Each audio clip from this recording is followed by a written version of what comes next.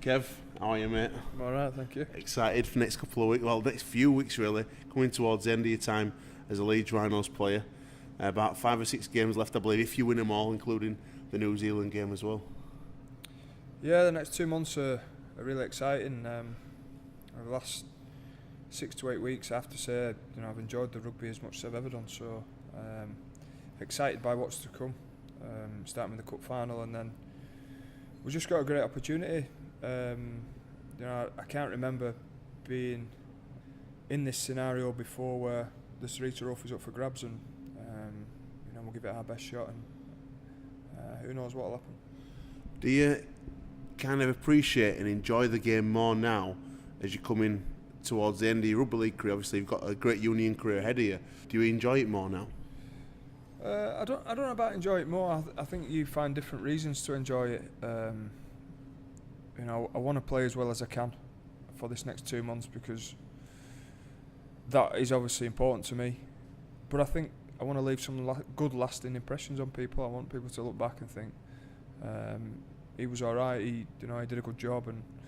And some of the opposition I've played against recently, and I will face over the coming weeks, I want them to face the best of me, and I want that last impression to be an important one, and one where they think highly of me and how I've played, and as you know, Sim, I've really enjoyed my time here. It's been the best time ever. The club's brilliant. It'd be nice if this next 2 months go to plan. What has Leeds as a city given to Kev Sinfield? It's given me a career. It's gave me a job.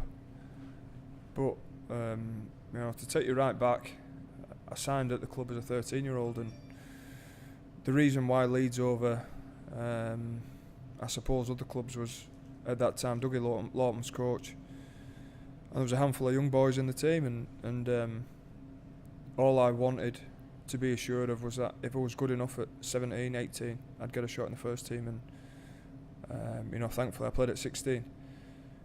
But that was the reason I came here. The city has changed so much in the last 20 years. The people of Leeds have been so welcoming and so kind, so generous to myself and my family, and I've said it on a number of times that Oldham is my town, but Leeds is certainly my city, and I'm very proud that Leeds is my rugby home, and always will be. What legacy would you like to leave with the next generation? Ashton Gouldings, all these players coming through, Jordan Lillies. What are you going to leave them with? What kind of impression are you going to leave them, the boys? I'm not sure. I think it's probably quite difficult to answer, but I feel the club is in far better shape than when I joined, and I want that to continue. The club now has had a history over the last 10 years of winning trophies and competing for big trophies, and that's where we need to be as a group and as a squad going forward. But I think probably more importantly, the culture that we've been able to create in this last 20 years, but probably the last 10 in particular, of the attitude you need to have to become a player at this club, the dedication, the commitment, the sacrifices you have to make to play at this club, are probably the thing that I'd like to be remembered for, and I'm not responsible for that. I'm among 10, 20, maybe 30 other players who've played a part in that, but I'd like to think that some of the really small things that people take for granted, coming in and training hard every day, looking after yourself on a weekend after a game, the little things, getting enough sleep, making sacrifices, working as hard as you can at your game. I'd like to think those little things are what your Ashton Gouldings and your next batch grab hold of and continue with. Now, obviously, we're both very close friends with Jamie Jones Buchanan, co-host of the show and your best mate and best man. He were absolutely devastated in the semi-final because he knew in his heart of hearts when he went down on the pitch that was the last game he was going to play with yourself. What kind of journey have you two been on together? Yeah, well, I have to say that likewise, I was devastated as well when I looked back in the game and saw him on the floor.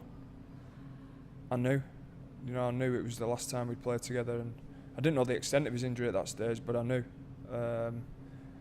that it was the last time.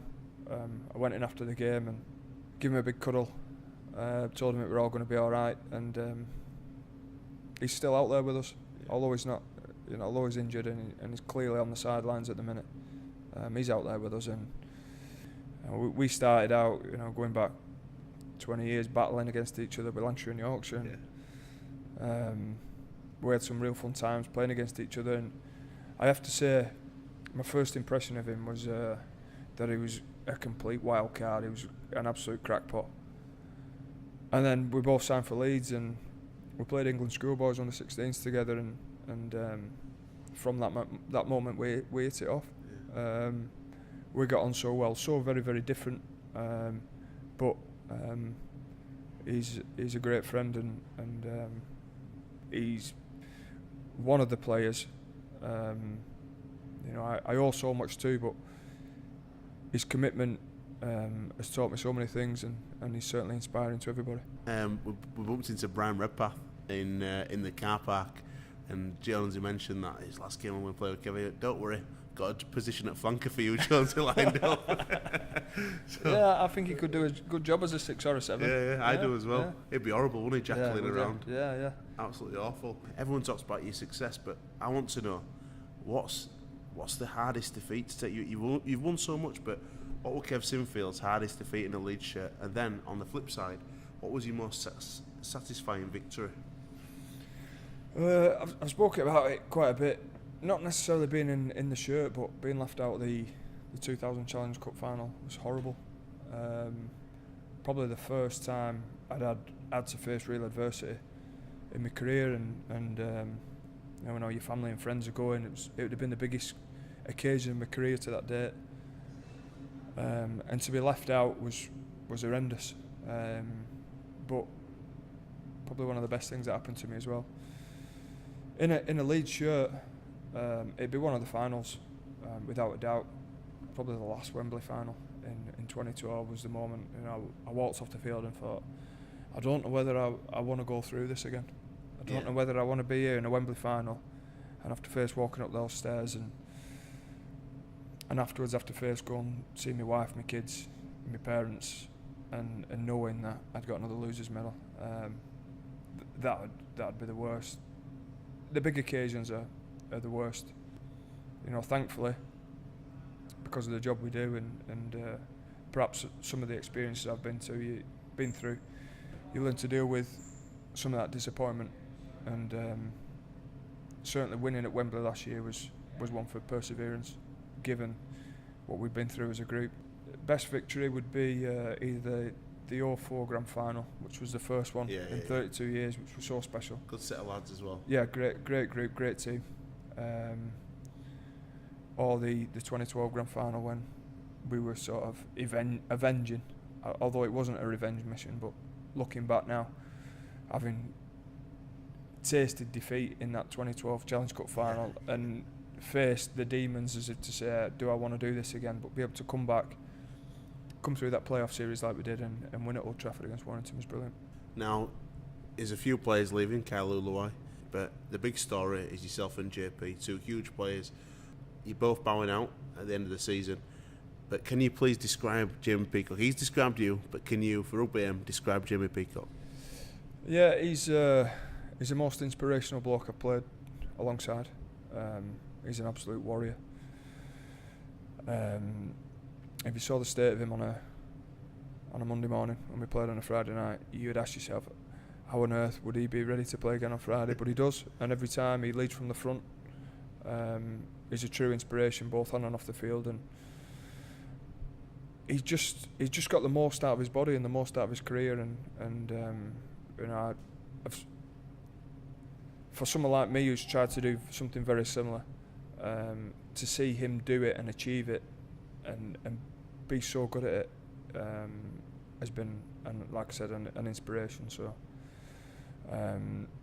his stats are ridiculous, and what he's been able to do is, there's not many players that can do it, but over the course of his career he's remodelled himself, and he's always been the first to carry as hard as he can, wanted to hit as hard as he can, wanted to work as hard as he can. But he's had to change positions, and he's still able to get the best out of his body now at 36, 37. So, I've total respect for him, and I have to say he's probably the greatest signing. In fact, he is the greatest signing the club's ever made. Certainly in the modern era that I can remember. I have no doubt that we wouldn't have won the trophies we had if he hadn't been in our side. Now, you've obviously been a great captain. I'm sure you've learnt a lot of lessons, but how the lessons you've learned as a Leeds Rhinos player and ambassador help you in your new career going to Yorkshire Carnegie, which is really exciting, but also, I'm sure, very daunting, because you're going in there as a huge name from rugby league. Crossing over has never been easy for a lot of players. So what are you going to take with you to that new challenge? Well, to start, I'm just want to be myself. I don't want to change for anybody. I've obviously got to change some parts of my game, but I think I have an understanding of what makes teams tick. Whether that be, a team on a building site, a team on a rugby field, whatever it may be, I feel I understand about getting the best out of teams. I have a good understanding of performance, but I have a good understanding of my own body and what my own body can do and where I need to be a success at rugby union. So I understand we're going to need a lot of help, a lot of guidance. The team there, the lads there have been fantastic so far. Brian Redpath's been brilliant.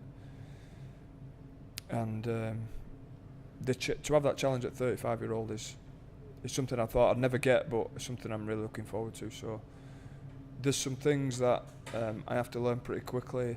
For instance, when I get tackled, not getting up playing the ball, which I've done for the last 20 odd years. But like I said, to have that challenge, to have the prospect of maybe taking this great team, great club back to the Premiership would be unreal, and ultimately that's where I want to play. I want to play in the Premiership, but I want to do it here. I want to do it with Yorkshire Carnegie. I want to do it with still under the mantra, if you like, of Leeds Rugby, and I think this city's big enough to have not just one successful team, but 4 or 5 successful teams. You include Leeds United and some of the other great sides we've got going on. Hopefully we can make Leeds the hub of professional sport.